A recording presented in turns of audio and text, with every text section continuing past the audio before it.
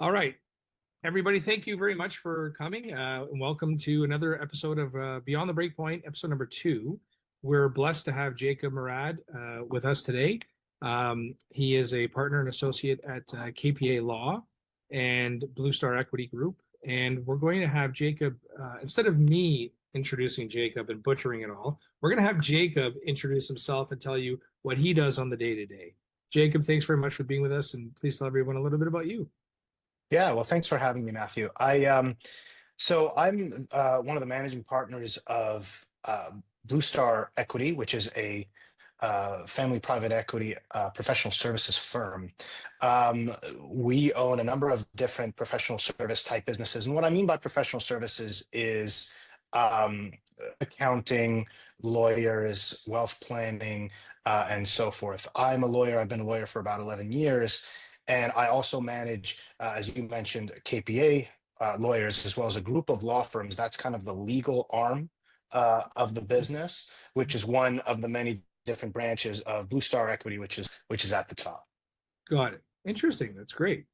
So can you elaborate a little bit on that? So what other facets of law do you have other than, I guess, it's wills and estate planning, or is there other?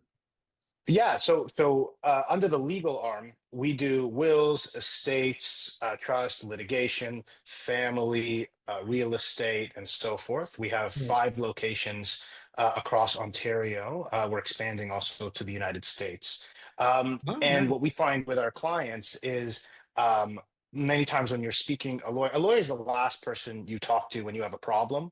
For Yeah. example, if you want to buy a house, the lawyer is the last step in this long process of buying a house. You have to get a mortgage, you have to get some financials prepared, you Realtor. talk to brokers, a realtor, and so forth. So you speak to all of these professionals ahead of time. And so we've aligned ourselves with different professionals. And in some cases, there are other avenues within the Blue Star Group.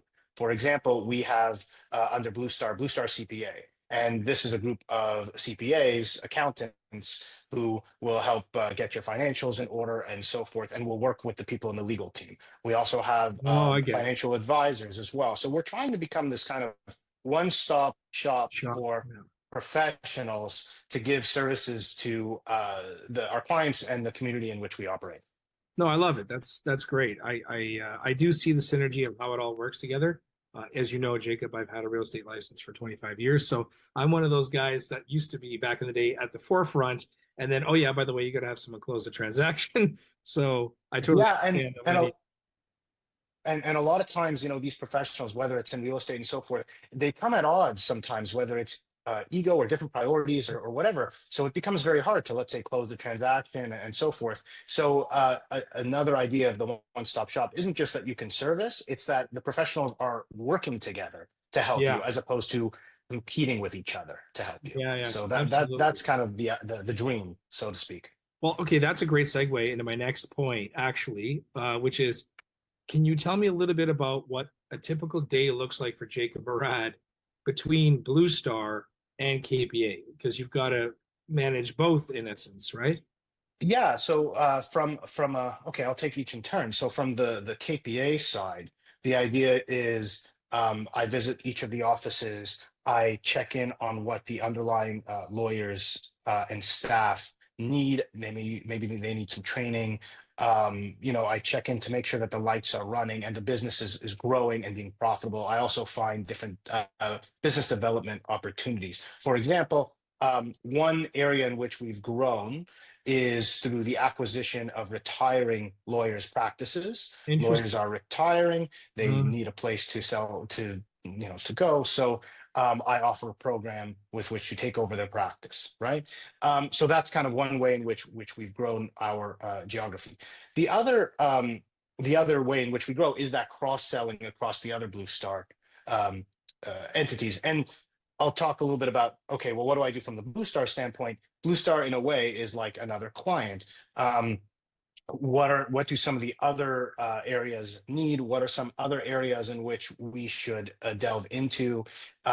Should it be property and casualty insurance? Is that something that we're seeing a lot of influx of clients in? Maybe we should get into that, for example. And interesting. we try to make deals there. And then there's also a fund whereby if you're looking at alternative investments, you could also invest your money into that fund.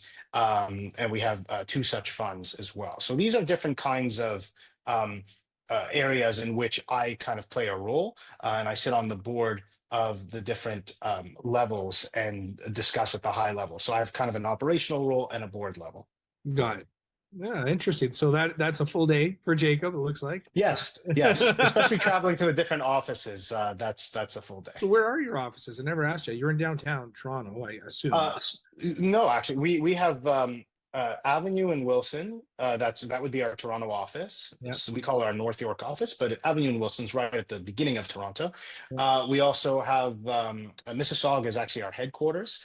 We have wow. Collingwood. We have Sault Ste. Marie, and I'm missing one. Hagersville, sorry, the most important one. Hagersville, which is near Hamilton. Yeah, I know Hagersville. Yeah, It's in Haldimand County. where the big Yeah. tire fire happened, if I'm not mistaken. That's right. That's Yeah, right. right. That's where we are. Yeah. So listen, from a geography perspective, this always amazes me, given my own 25-year background within real estate and development in the construction industry, property management, etc. I can understand Downsview / North York. I'm there too. I get that. I totally get Mhm. Collingwood with the high net worth that's over. Like I get that play. What's confusing me with your decision for the offices is Sault Ste. Marie. Like, Yeah. how Well, did that happen? so as a general point, a place like Sault Ste. Marie, Hagersville, or Collingwood, these are smaller communities, and they're not serviced that well. There, some of the professionals there, whether accountants, lawyers, and so forth, they're actually getting older now, and they're not maybe taking as many clients. Maybe they're retiring, so they're actually very lucrative from a business point of view because the clients themselves are looking for access to justice, as we call it in the community, which is basically, I need a lawyer, and I need a lawyer in the community. How can I go and how can I get my will done? And there's just, I don't want to drive. Let's say you're in Sault Ste. Marie. I don't want to drive to Sudbury. It's 2 hours. I don't want to do that. Yeah. I want a nice local place, and that locality we find a lot of success in, Isn't that interesting? like Hagersville. So that's the area. The other thing is, when I had acquired KPA, was actually the first law firm acquisition that we had done. We had done many acquisitions in other industries beforehand, but as a law firm, KPA was the first, and it already had several staff members who lived in Sault Ste. Marie. They didn't service it in a big way, though. They didn't have an office. They just had staff that happened to live there. And So I is it thought, like a okay, satellite office for you, Jacob? Is that what it is? so well, now we've invested into it. We've invested Right. in marketing and in an office. So now there's actually an office there. It's not just a staff working virtually, which it was before. So Right. there was always a touch point there, but it was never really invested in. And since we were seeing a lot of success with the local communities at the time, we thought, okay, well, we already have a presence there. We should invest there in a real way, because that's where there's a lot of growth happening there. Yeah. So you scaled it up. No, that's great. Yeah. That's fantastic. So that's actually a great segue into my next question. You're like on par with me. You're just Oh, perfect. it's great, Jacob. This is great. I guess what everyone's kind of wondering, and you and I touched on this before briefly in our call, industry trends within your industry right now, within the legal profession and the CPA and the professional standards industry. What are the major shifts that you, Jacob, at your level are seeing right Oh, there's a lot. Where do I begin? Okay, so there's a personnel, um, um, okay, on the client side and also on the employee side, there's personnel changes. On the client side, the personnel changes are such that you have and we've talked about this, a transfer of wealth from founders and business owners, small business owners who have grown their family, grown their farmland, for example, and are looking to retire and pass it to their children. now? And so we're now making connections with the children and away from the original founders who are now retiring. So that's kind of the first thing, that kind of transfer of wealth on the client side. From the staff side, we're seeing there's a lot of professionals coming out of the schools, and they're younger, but their expectations are very different, right? They Mm. expect that, they look at social media, they're looking at each other, and I think I read a Hayes report saying that the average in the industry, whether it's legal, accounting, any professional services industry, they stay at their jobs for an average of 2 years now. So the idea of people staying for 10 years, 20 years, all with the same company. No, Yeah. everyone's looking for the next best thing. So that's an industry trend. Ironically, with that churn comes, I mean, there's always people available, and then there's always spots available. So you try to slow down that churn as best as you can, and it's difficult, but that's another industry trend. And then the last industry trend, and again, we talked about this, is AI and how that's kind of how to what extent do you use it at any given time, and then train your staff and your clients how it should be used, and then you have to adapt and go with it like any other software, whether it That's was right. the internet or the fax machine. So we have to kind of figure that out. Life did exist before the internet. It's hard to believe, but it did. I Yeah, date exactly. myself, but I can remember that. But it just made everything infinitely easier and more efficient, right? So I completely agree with you. I think with the emergence of AI, and I know that you could speak about this a little bit more, Jacob, in details.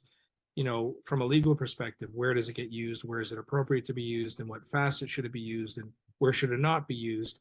I think that's where a lot of businesses are kind of struggling right now to figure that out. How does hmm that apply for you in the legal space, Jake? Um, yeah, it's exactly what you said. To what extent and how should it be used? I'll focus on legal only because I just know this area the most because that's where I spend my time. Mm. Um, uh, in the in so maybe you've read many articles about it's something weird that's happening with AI, and ChatGPT is hallucinating laws or hallucinating cases and things like that. Hallucinating, in other words, making things up. So you type in, I want to know some case law about this because I'm going to trial, and it gives you some cases with citations, and it sounds very professional. And lawyers are getting into a lot of trouble submitting that to judges, and when they ask for more backup and try to find the cases, they don't exist. So they're getting hit with Mm. huge penalties, and they're losing their cases. This is happening all over North America. So, making sure that if you're in the litigation space, you can try to rely on it, but don't rely on it. It needs Right. to be checked. Now, a lot of major firms, you would have, let's say, younger junior associates do the research instead of the technology. Whether it's a technology doing it or a student doing it or an associate doing it, the lawyer who's in charge of it and who's responsible still has to look it over and make sure it's right. They have So, to vet it. They got to vet it. they have to vet it. So they can't blame the technology. And you're seeing a lot, see, ChatGPT, it's this, or AI. It's like, well, hold on a second. Who's actually at fault here? And it calls into question what value a lawyer actually provides. What are they supposed to be doing here? They're supposed to vet and strategize and so forth. That's on the litigation side. On the transactional side, we're seeing a lot of it where we have clients calling us up. They give us a contract that was created by AI, and they'll say, I just look it over and make it fine. But lawyers are not, we're not document creators. Maybe that used to be the case where only lawyers can draft a will or only lawyers can make a contract. Nowadays, and frankly, it should have always been the case, that the contract itself is a reflection of a strategy and a tailored approach to solving a problem. And so you can't just give me a contract and say, does it look good? No. Well, what problem are you trying to solve? What are you trying to accomplish for yourself or for your business? And let's talk about it. Maybe you don't even need a contract. Maybe you Right. need insurance or and so forth. So these are the types of things that internal training with my staff. Hey, are you solving their problem? Don't just draft a contract for them. They can do that themselves with AI. Yeah. Solve their Yeah. problem. And if you staff want to use AI, you can, but you can't rely on it, going back to the first point.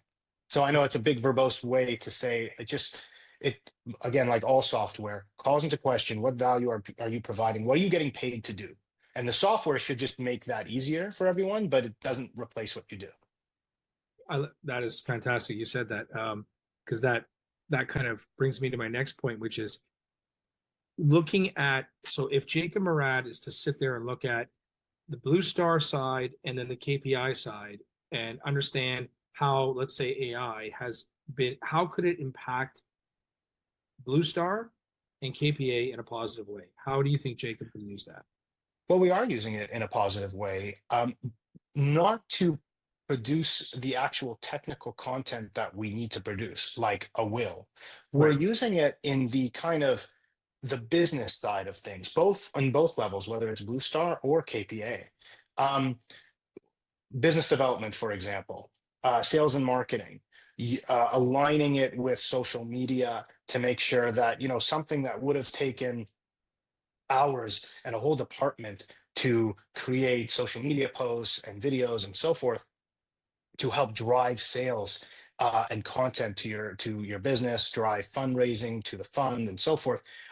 Now you can utilize AI so that you can produce much more faster and analyze it in a much better way. And that's how we're doing it. So not using it on, let's say, the technical, The case hey, law. I'm going to solve the case law, stuff like that. You use it to on the more administrative sales and marketing, use it on that side. And we found that it's been very helpful on that side because it interacts very well with Google, with social media. It Yeah. interacts very nicely with these programs. And there's, yeah, so far we haven't seen any issues with using it in that way, and we've seen a lot of people that are just as successful using it in that way as well. No, that's great. So that, I guess, going with the theme of Jacob just absolutely crushing me and stealing my thunder on Oh, everything. I'm sorry. Maybe I'm I'll stop talking. no, no, no, no. You've been fantastic. I had, as you know, I had my previous podcast with Hope Meadow, and sometimes it could be like, leading. You're just right on point, which is fantastic. I was going to ask you what's working well right now for Jacob Murad and the partners at KPA. What's the thing that you would say is probably frustrating you the most? Yeah, I would say, okay, so what's working well? I think we call it cross-selling. Maybe that's not the right term, but the I know what cross-selling you is mean. working Yeah, I know what you mean. it's working very well in that, okay, someone comes in, I'll be very specific. Someone comes in, they want to update their will. Okay. It's Make a Will Month in November. So people are updating their wills and they come in, and as they're talking, why are you updating your will? What is it about your will? And then you get a little bit more into your life because you have a trust built there. Okay, let me introduce you to somebody in one of our other facets, and because you might need some life insurance at this point in your life. And then we introduce them to someone from our insurance group. Right. Things like that we call cross-selling. Yeah. That's actually working very, very well. The sales and marketing with the use of AI, that's working very well. Yeah. Um, if it wasn't working well, I wouldn't be. I mean, I film videos, and we have a YouTube channel on KPA and so forth.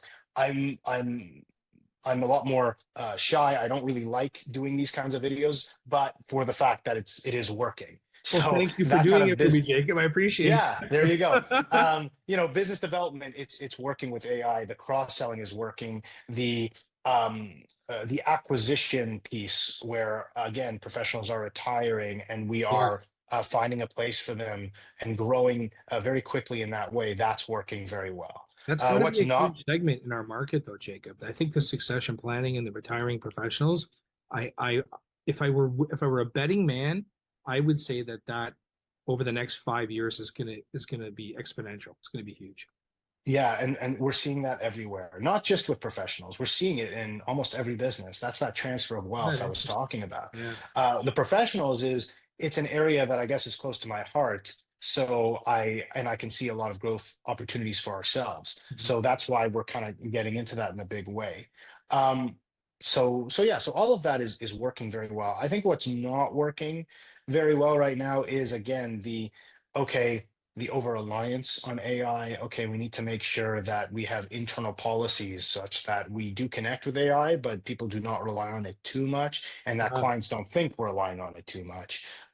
That's very important. So, how interesting. much, to what extent you should use it, I think that's hard. And we're going to work on that in the next year. And again, that churn of staff. Okay, hold on. We have people that are coming in. They're coming on board. You train them. Um, how can we make our place a desirable place to work and hang your hat over the next 5 to 10 years of your career? Right. Um, these are areas that, again, it's not just my firm and Blue Star and so forth. These are areas that almost every business owner I'm speaking to has that same problem. So how can we make the lives of our staff better, and create a much more fulsome culture?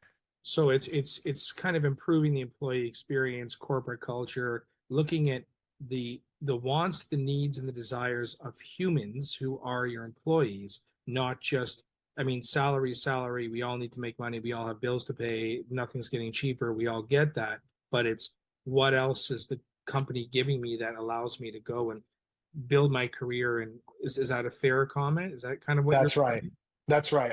I tend to think that if there's nothing else, um, that might help, not just the business owners, but the people themselves who, again, coming out of school, Yeah. expecting this, looking on social media, competing with their friends, okay, always in the job market. That's something that I'd say is always, it holds every business back. Mhm. That kind of that churn, whether it's the staff or clients or whatever it is. How do you slow it down so that you can continue to grow at a really nice rate? Yeah. So yeah, those are the positives, and those are kind of No, I totally get it. that's kind of what you deal with, right? So looking at, I mean, I guess you've already told me which metrics you're focused on improving. We've already kind of gone over that. So I guess what I would ask you, and I'm asking all of our guests, is in the business sector, we all know what our Canadian market is like right now, Jacob. We all know that there are some, difficult times that we've seen with our Canadian economy. So keeping that in mind and keeping what's working for you in mind, where does Jacob Murad want to see KPA and Blue Star be 6 to 12 months from now? Um, you know, I hate to say it, just to address the concern about our market today. I always think that market, everyone knows this, it's cyclical, right? So Yep. whatever downtimes you're having, it'll come back up. But that's why we're expanding to other countries, because it helps diversify that risk a little bit. So when Mhm. you're asking, okay, so where do we want to be 6 to 12 months? It would be taking a bigger footprint in another country. Let's say it's the United States, for example, where we take a bigger footprint there, and we continue to invest in AI and social media in a very large way. So you touched on metrics. Something else we touch on is the return on investment, ROI, when you Yes. invest in marketing dollars for advertisements.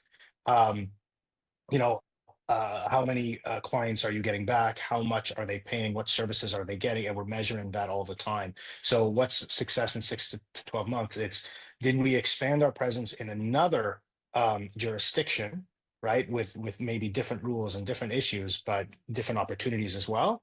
And did we grow our client base organically, not relying completely on acquisition, but did we grow it? So we're hoping to get to 100,000 clients, up from the 40,000 that we have today. That would be kind of a 12-month goal that we would have. So, okay, this is super interesting, and if it's okay, I'd like to ask you to expand a little bit on it because where my brain's going is, I totally get the idea of Jacob and KPA and Blue Star expanding to the U.S. Many of my clients and other people I've spoken to are already there in Florida or Texas or various more red states, to be honest, that they are seeming Mhm. to go, if you're on the real estate side of things, a little bit more favorable from a tax perspective. Um, so but I would think that on the, well, and again, I'm deferring to you. Okay. So this is just me talking.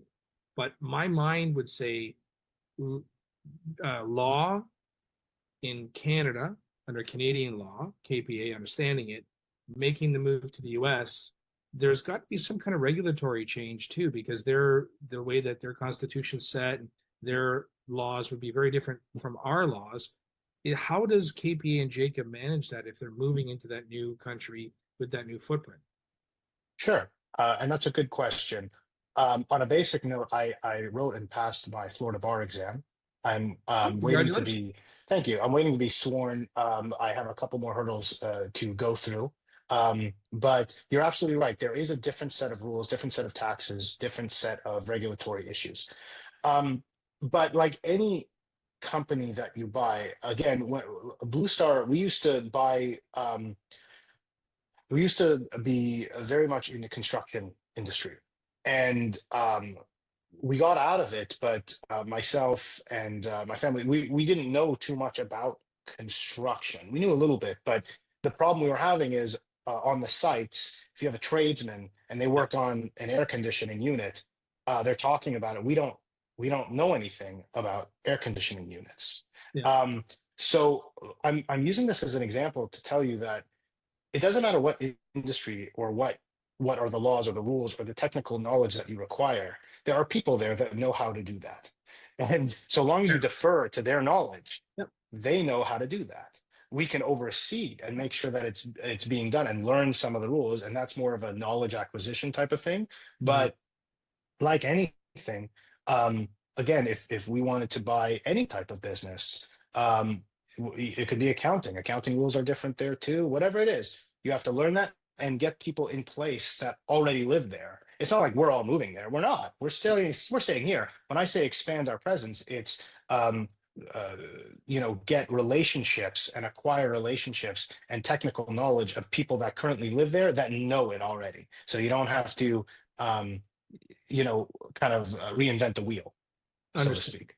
Yeah, no, that I totally get. And you're absolutely right. If you're at a C-suite level or you're on the macro side, you have people that can handle the more, day-to-day minutia, whatever it is, whether it's an office manager or something else that you would put over there, right?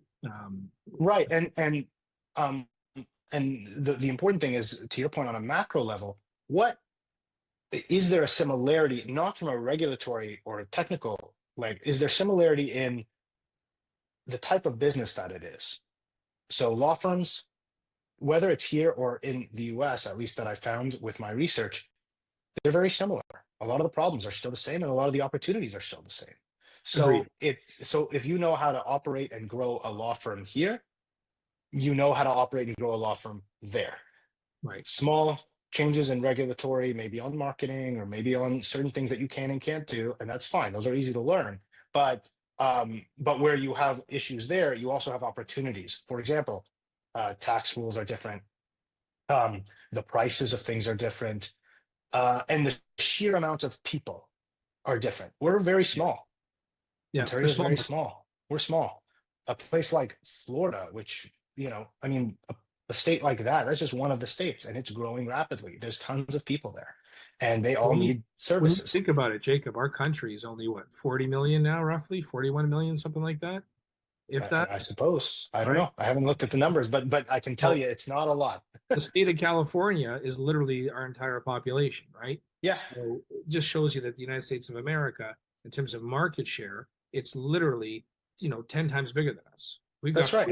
they got 400 million, right? So And whatever you think about politics or the trade war or anything that's going on right now, at the end of the day, like you said, it's a market share issue, right? right. There's more people. There's more. There's more. Yep. And so if you're trying to grow a business, and if you're trying to diversify risk of your business, looking just next door, and it doesn't have to be the U.S. It could be another country. Um, uh, I don't know, England, I suppose, wherever. You could just look at another country. It's just going back to that first question you had of, well, what do you think of, Canada and, and the market and so forth? Well, really the best thing to do is to continue investing where, wait it out, but at the same time, diversify your risk by investing um, externally. Yeah. That's, that So helps. you mentioned the business goal of looking at 40,000 clients under management and scaling that up to close to 100,000. Virtue of different methods, whether it's AI or it's buying businesses in Florida or Texas or wherever that expansion happens. If I was a genie and I could come and give Jacob Murad a magic wand, okay, to wave over this and try to improve one thing, just one singular thing that you think is holding you back from getting that goal, what would that one thing be? Oh, that's I got you you. know what? People. I I'll got say you. people. Yeah, you know what? People. People. Wow. People is Okay. always. It's never so much capital. It's I mean, the only thing that stops any business from growing is capital and people. So in our case, capital is not so much the issue, it's people. Finding people. making sure those people have the technical knowledge and the skills, also like the people skills Yeah. to help you grow. That's the hardest thing. And we spend a lot of money on internal training. And I spend personal time on internally training the people that we're onboarding so that, you know, they know our way of business, and then again, stopping the churn. So yeah, people is that's in a professional services business. I suppose any business, but really highlighted in a professional service business is like a law firm or an accounting firm or any of these types of businesses I'm talking about. Getting the right people in place, that is the biggest. We can have as many sales as we want.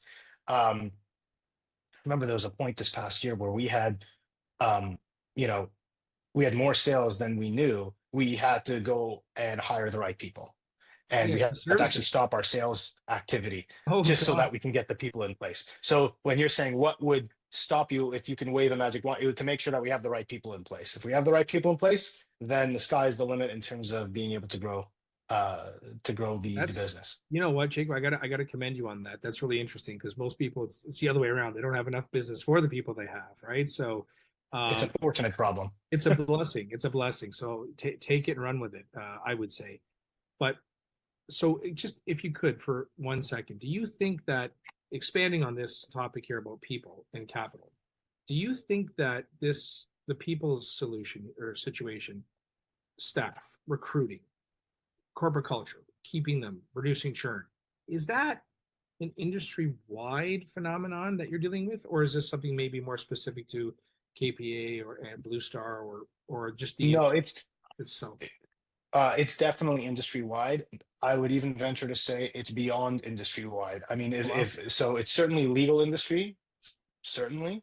I'd say from a broader category of professional services, in other words, like the service industry, I would say it's that industry wide. It's at that high level. Corporate conferences, executive conferences, that's what they're talking about a lot of the time.